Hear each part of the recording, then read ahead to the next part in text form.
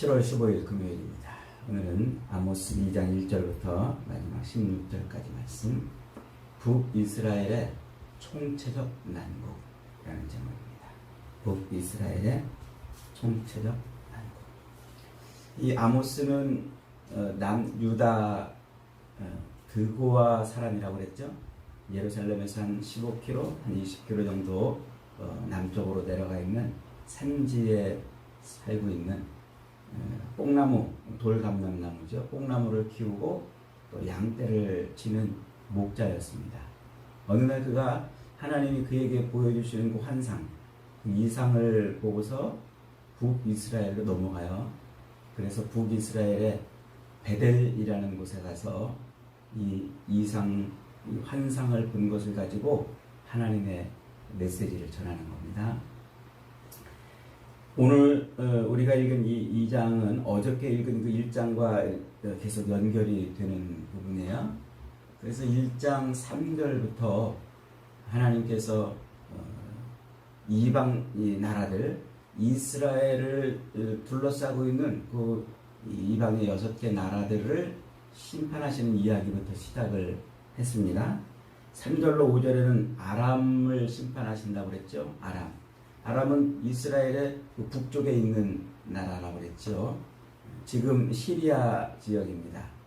수도가 다메섹인데 그 다메섹은 사도행전에 가면은 사도 바울이 예수님을 믿는 사람들을 잡아 죽이려고 다메섹으로 가요. 그 다메섹으로 가다가 예수님을 길에서 만나는 일이 벌어지잖아요. 바로 그 다메섹이에요.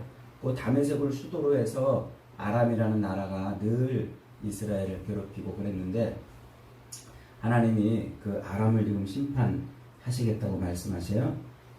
그런데 그 심판의 이유가 뭐냐면 길르앗 사람들을 철 타작기로 타작하듯 길르앗 사람들을 죽였다는 거죠. 아주 말만 들어도 잔인하지 않습니까? 철 타작기로 타작하듯 죽였다. 길르앗은 어디냐면 요단강 동편 쪽에 있는 이스라엘 땅이에요. 옛날에 모세를 통해서 가나안 땅을 주시겠다고 말씀하시고 여호수아가 모세가 죽은 이후에 이스라엘 백성들을 데리고 요단강을 건넙니다. 건너서 그 가나안 지역을 정복하러 들어가는데 므낫세, 루벤과 갓과 므낫세 반지파가 거기 남아가지고 우리는 여기 있겠습니다. 여기가 너무 좋사오니 우리는 여기서 살겠습니다. 그래요. 그러니까 다른 지파 사람들이 야 이놈들아 우리는 저기 가서 전쟁하려고 그러는데 너희는 전쟁 안 하고 치사하게 여기서 그냥 살겠다고 그러는 거냐? 그러니까 아니다. 우리도 가서 전쟁 같이 참여하고 다 이기면 여기 와서 정착하겠다. 이래서 루벤과 갓과 므낫세 반지파가 요단강 동편에 거하는 거예요. 그 지역을 길르앗이라고 이렇게 불러요. 근데 거기에는 아주 굉장히 풍요로운 땅이에요. 그 화산 안반지대이기도 한데 아주 굉장히 풍요롭고 그 지역을 이 바산 지역이라 이렇게 부르기도 합니다. 그래서 아모스 선지자가 북이스라엘의 막 먹고 사는데 풍족해가지고 어찌할 줄 모르고 있는 그 지도자들을 향해서 이 바산의 암소들아 이렇게 욕을 하는데 거기가 아주 그렇게 풍요로운 지대에서 곡창지대죠. 그래서 나중에 이제 로마 시대, 이제 후에 역사가 시간이 흘러서 그 로마가 그 지역을 장악했을 때 그 동네를 불량미를 이렇게 조달받는 곡식 창고로 쓸 만큼 그렇게 중요한 그런 곳이에요. 그러니까 이 아람이 그 풍요한 곡창지대를 뺏고 싶어가지고 그 길르앗 사람, 루벤과 갓과 므낫세 반 지파가 살고 있는 그 동네에 가서 그 이스라엘 사람들을 뭐 했다고요? 철 타작기로 타작하듯 아주 잔인하게 죽였다는 겁니다. 그래서 그들을 심판하시겠다고 지금 말하는 거죠. 그 다음에 6절로 8절은 블레셋을 심판한다고 했어요. 블레셋. 이 블레셋은 이스라엘의 옆구리에 가시처럼 박혀있는 그런 나라입니다. 옛날에 삼손도 거기에서 블레셋과 싸우고 이제 그러면서 죽임을 당하죠. 가사에서 나온 그런 블레셋들로 말이죠. 그래 이 블레셋은 항상 이스라엘하고 가까이 있으면서 늘 이스라엘을 공격을 했어요. 그래서 이 분열 왕국이 되기 전에도 항상 이스라엘을 공격하고 이 사울 왕도 결국 블레셋과의 싸움에서 죽임을 당하죠. 그 블레셋은 시도 때도 없이 그 접경을 넘어와 가지고 이스라엘 사람들을 잡아갔어요. 그래서 잡아가지고 그것을 그 사람들을 어떻게 했다고요? 에돔의 노예로 팔아버린 거예요. 그러니까 그게 이 블레셋의 주 수입원 중에 하나입니다. 그러니까 사람들을 이스라엘 백성들을 노예로 잡아다가 팔아서 먹고 사는 이런 어처구니 없는 일을 하고 있는 것이었죠. 그 다음에 이제 9절로 10절은 베니게에 대한 심판이에요. 베니게는 시돈과 두로를 일컫는 그 지역을 말하는 것입니다. 이 베니게 예수님 시대에 수로보니게 여인이 와가지고 예수님한테 자기 딸을 고쳐달라고 하는 이야기가 등장하죠. 그러니까 예수님이 나는 유다 사람을 위해서 보냄을 받았지 이방인을 보내지 않았다. 그러니까 이 여인이 엎드려가지고 나는 개입니다. 이렇게 자기를 표현하면서까지 나는 개입니다. 이렇게 자기를 표현하면서까지 예수님 앞에 무릎을 꿇어요. 그래서 예수님이 그 여인을 이제 치료해주는 이 여인의 딸을 치료하는 일이 벌어지는데 그 수로보니게 거기가 베니게 지역이에요. 시돈과 두루 지역. 지금의 그 레바논 땅이라고 이렇게 이제 볼 수 있죠. 근데 이 수로보니게 시돈과 두루 여기는 저 지중해로 연결돼서 모든 나라로 나가는 그 무역항이에요. 굉장히 중요한 지중해 해상을 장악하는 그런 무역항이에요. 그래서 다윗 시대에는 여기와 굉장히 아주 친밀한 그런 협정을 이렇게 맺어요.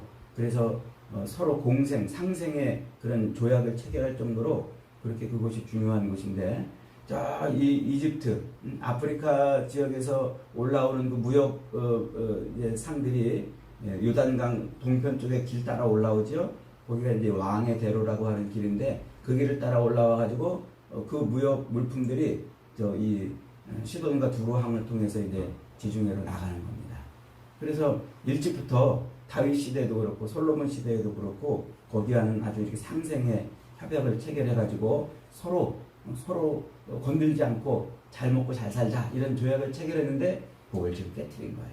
그래서 그 조약을 깨트리고 지금 북이스라엘 백성들을 잡아다가 그 노역을 삼고 그 다음에 노예로 또 팔아버리고 이런 일을 지금 하고 있다는 거죠.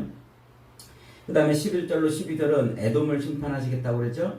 에돔은 야곱과 에서 그 두 쌍둥이 중에 에서의 후손입니다. 에서의 후손. 그런데 아주 이 에돔은 이스라엘이 출애굽할 때부터 그 뒤를 쫓아다니면서 늘 괴롭히고 그러던 나라예요. 형제 나라임에도 불구하고 아주 원수처럼 이스라엘을 대하던 그런 나라죠. 그 다음에 이제 13절로 15절은 암몬을 심판하시겠다고 그래요. 암몬. 이 암몬은 옛날 그 아브라함 때 조카 롯이 있었죠. 조카 롯이 소돔과 고모라 땅이 멸망할 때 롯이 자기 두 딸과 함께 얼른 피난을 떠납니다. 그래서 산속에 동굴로 들어갔는데 이 롯의 두 딸이 아버지 혼자 피한 그 아버지를 보니까 이제 아버지의 자식이 없어지면은 대가 끊긴다 이렇게 생각해가지고 아버지에게 술을 먹이고 자기들이 역강간을 해버리는 거예요. 아버지라고 동침을 해가지고 그래서 아들을 각각 그 두 딸이 아들을 낳아요. 그래서 둘째가 낳은 그 아들이 베남미, 그 암미의 자식이라 이런 뜻이에요. 그러니까 그 베남미가 이제 그 암몬 족속의 시조입니다. 그래서 그 암몬은 그렇게 해서 탄생을 했는데 좀 공교롭게도 이스라엘하고는 아주 그냥 엎치락뒤치락 끈질긴 그런 관계를 맺어오고 있어요. 나중에 이제 그 솔로몬 시대에 솔로몬이 요 암몬의 여인을 아내로 맞아가지고 아들을 낳는데 그 아들이 르호보암이에요. 분열왕국의 시작이 된 그 왕 공교롭게도 그렇게 이 암몬족하고는 예. 그래서 그 암몬족은 이제 예, 이 심판의 이유가 뭐냐면 아람과 연합해 가지고 길르앗에 살고 있는 여인들 그 아이벤 여인의 배를 갈랐다. 아주 진짜 응? 기가 막힌 일을 한 거죠. 그 다음에 이제 2장으로 넘어옵니다. 이제 오늘 본문의 2장 1절로 3절은 모압을 심판하시겠다고 해요. 이 모압은 아까 그 롯의 두 딸 중에 큰 딸입니다. 그 큰 딸이 역시 또 아버지에게 술을 먹이고 아버지와 동침을 해요. 그래서 낳은 이제 자식이 바로 모압의 후손이 되는 거예요.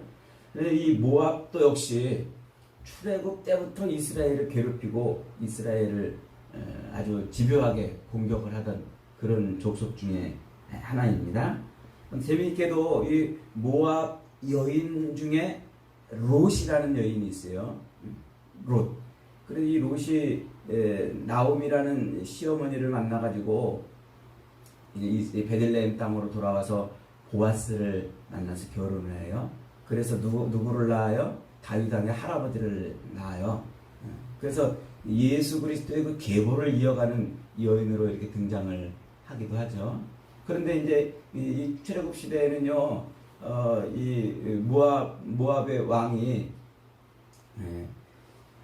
발락이라는 왕이 발람 선지자를 이용해 가지고 그 이스라엘을 저주하는 일을 합니다. 그러다 그게 잘 안 되니까는 이 모압 여자들을 이스라엘 사람들한테 줘가지고 이스라엘 사람들이 음행을 하게 만들어요.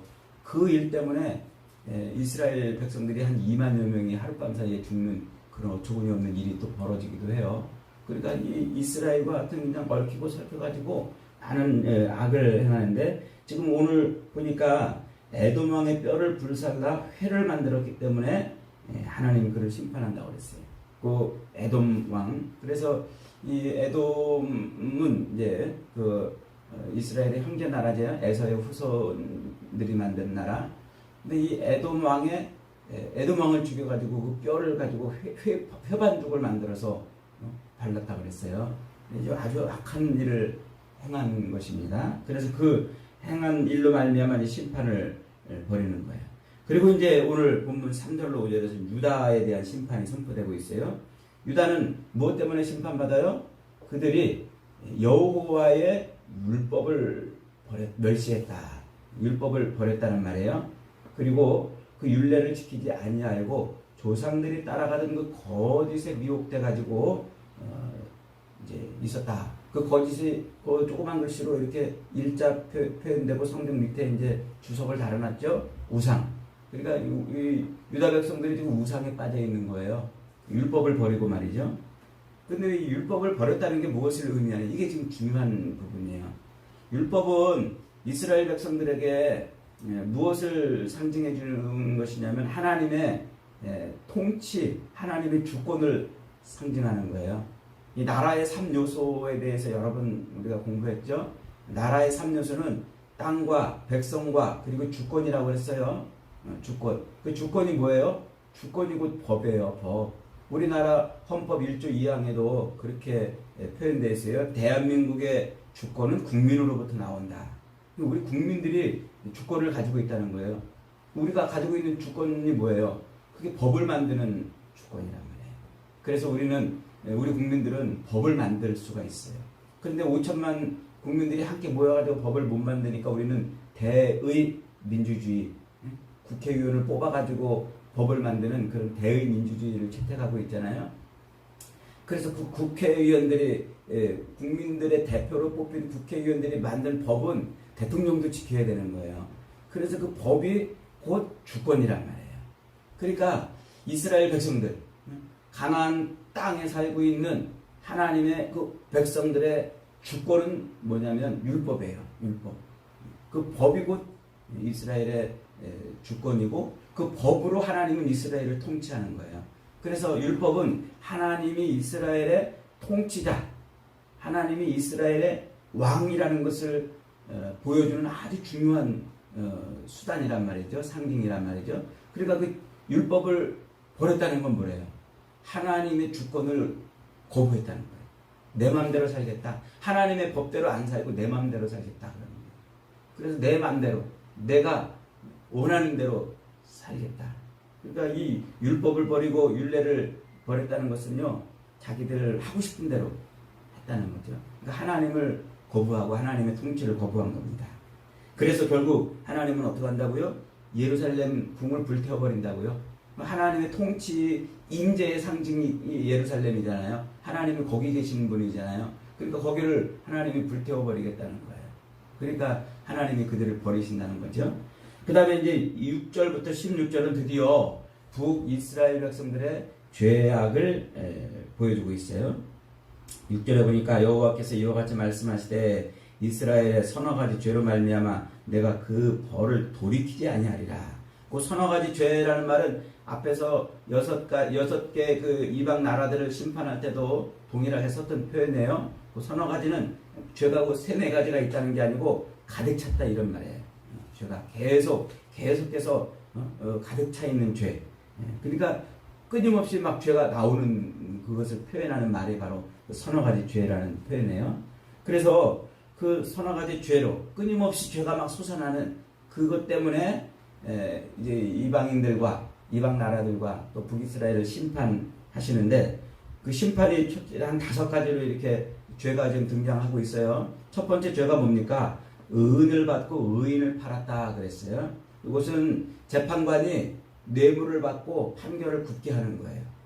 이스라엘에게 있어서 이스라엘 백성들에게 재판관은 남유다도 마찬가지고 북이스라엘도 마찬가지고 판결을 하는 재판관은 그들이 어디에 앉아있는 사람들을 앉아있냐면 하나님의 보좌에 앉아있는 것 같은 그런 대접을 받았어요. 그러니까 재판관들이 판결하는 그 판결은 누가 판결하는 거예요? 하나님이 판결하는 거예요. 그런데 그 재판관들이 그렇게 하나님이 판결하는 것 같은 그런 판결의 권위와 권세를 가지고 있으면서 지금 어떻게 재판을 하는 거예요? 돈을 받고 판결을 굳게 하는 거예요. 그러니까 이 재판정이 무너져 버린 거죠. 하나님을 두려워하지 않는 세상이 됐다는 거예요. 두 번째로 신발 한 켤레를 받고 궁핍한 자를 팔았어요. 그 신발이 얼마나 할까요? 그 돈 몇 푼 되는 것을 얻기 위해서 사람을 팔아 넘기는 이런 죄악을 지금 행하고 있다는 거죠. 그러니까 사람 가치가 돈 몇 푼 값어치만도 못한 거예요. 돈이면 다 되는 세상이 된 거죠. 아니, 돈이라면 무엇이든지 못할 것이 없는 세상이 되어버린 거예요. 이스라엘 백성들은 이스라엘의 율법, 하나님이 주신 그 율법에 의하면 자기 동족, 이스라엘 자기 동족은 절대로 남한테 팔 수가 없어요. 노예로 팔 수가 없어요. 혹여 누가 빚 때문에 종이 됐어도요, 7년이 지나면 다시 회복해야 되는 그런 율법 제도가 있어요. 그런데 그 돈 몇 푼 때문에 사람을, 자기 동족을 팔았다는 건 뭐를 의미해요? 율법을 버렸다는 거예요. 율법과 상관없이 지금 살고 있다는 거죠. 돈이면 사람도 팔아버리는 이런 죄악 가운데 있다는 거죠. 그 다음에 세 번째로 가난한 자의 머리에 있는 티끌을 탐냈다. 가난한 자가 뭘 가진 게 있겠어요? 가난한 자가 있으면 뭐가 얼마나 있겠어요? 그 머리에 있는 뭐까지 탐냈다고요? 티끌까지. 그러니까 아주 탐욕이 끝이 없는 지금 세상이 된 거예요. 서로 이스라엘 백성들 간에 서로 간에 지금 탐욕이 끝이 없는 거예요. 네 번째로 힘없는 자의 머리를 티끌 먼지 속에 발로 밟고 연약한 자의 길을 굽게 했다. 갑질 사유가 된 거죠. 자기보다 요만큼이라도 힘없으면은 아주 그 머리를 막 먼지 구덩이에 집어넣고 밟을 정도로 그렇게 갑질을 일삼고 사람의 그 인격, 사람의 인권을 무시하고 처참하게 짓밟는 그런 사회가 된 거예요. 그러니까 이 백성들이 하나님을 기억하고 하나님을 의식하고 있다면 이럴 수 있을까요? 지금 아주 하나님과는 완전 상관없는 삶을 살고 있는 거죠. 다섯 번째로 이제 굉장히 중요한 죄지요. 아버지와 아들이 함께 한 젊은 여인을 취해서 하나님의 거룩한 이름을 더럽혔다 그랬어요. 그리고 제단 옆에 전당 잡은 옷 위에 두었고 그들의 신전에서 벌금으로 얻은 포도주를 마셨다 그랬어요. 이 종교적인 타락을 의미하는 거예요. 종교적인 타락. 이 아버지와 아들이 젊은 여인을 같이 취한 거예요. 요거는 이 아스타롯이라는 우상 신전에서 벌어지는 일인데, 그 바알과 아스타롯 신상을 세워놓고 그 신상을 모시는 신전에, 그 아스타롯 신전에는 여 사제들이 있었어요. 남 사제도 있고 여 사제들이 있었는데, 그 여 사제들은 왜 거기에 있냐면, 이제 그 아스타롯 신전에 와가지고 제사를 드리는데, 주로 이제 풍요의 신이에요. 많은 농작물 소출이 많기를 원해서 농사 지을 때 가서 이제 제사를 드리는데, 아버지와 아들이 가가지고 그 풍요를 기원하는 제사를 드리는데, 그때 그 여사자가 무슨 일을 하냐면 그 성적인 행위를 한단 말이에요. 제사 드리러 오는 사람하고 성관계를 가져요. 그러면 그 모습을, 그 신전에서 벌어지는 그 회개한 모습을 보고 아스타롯 여신이 그 모습을 보고서 자기도 똑같은 행위를, 다른 신과 그 똑같은 행위를 하는 거예요. 그 성행위를.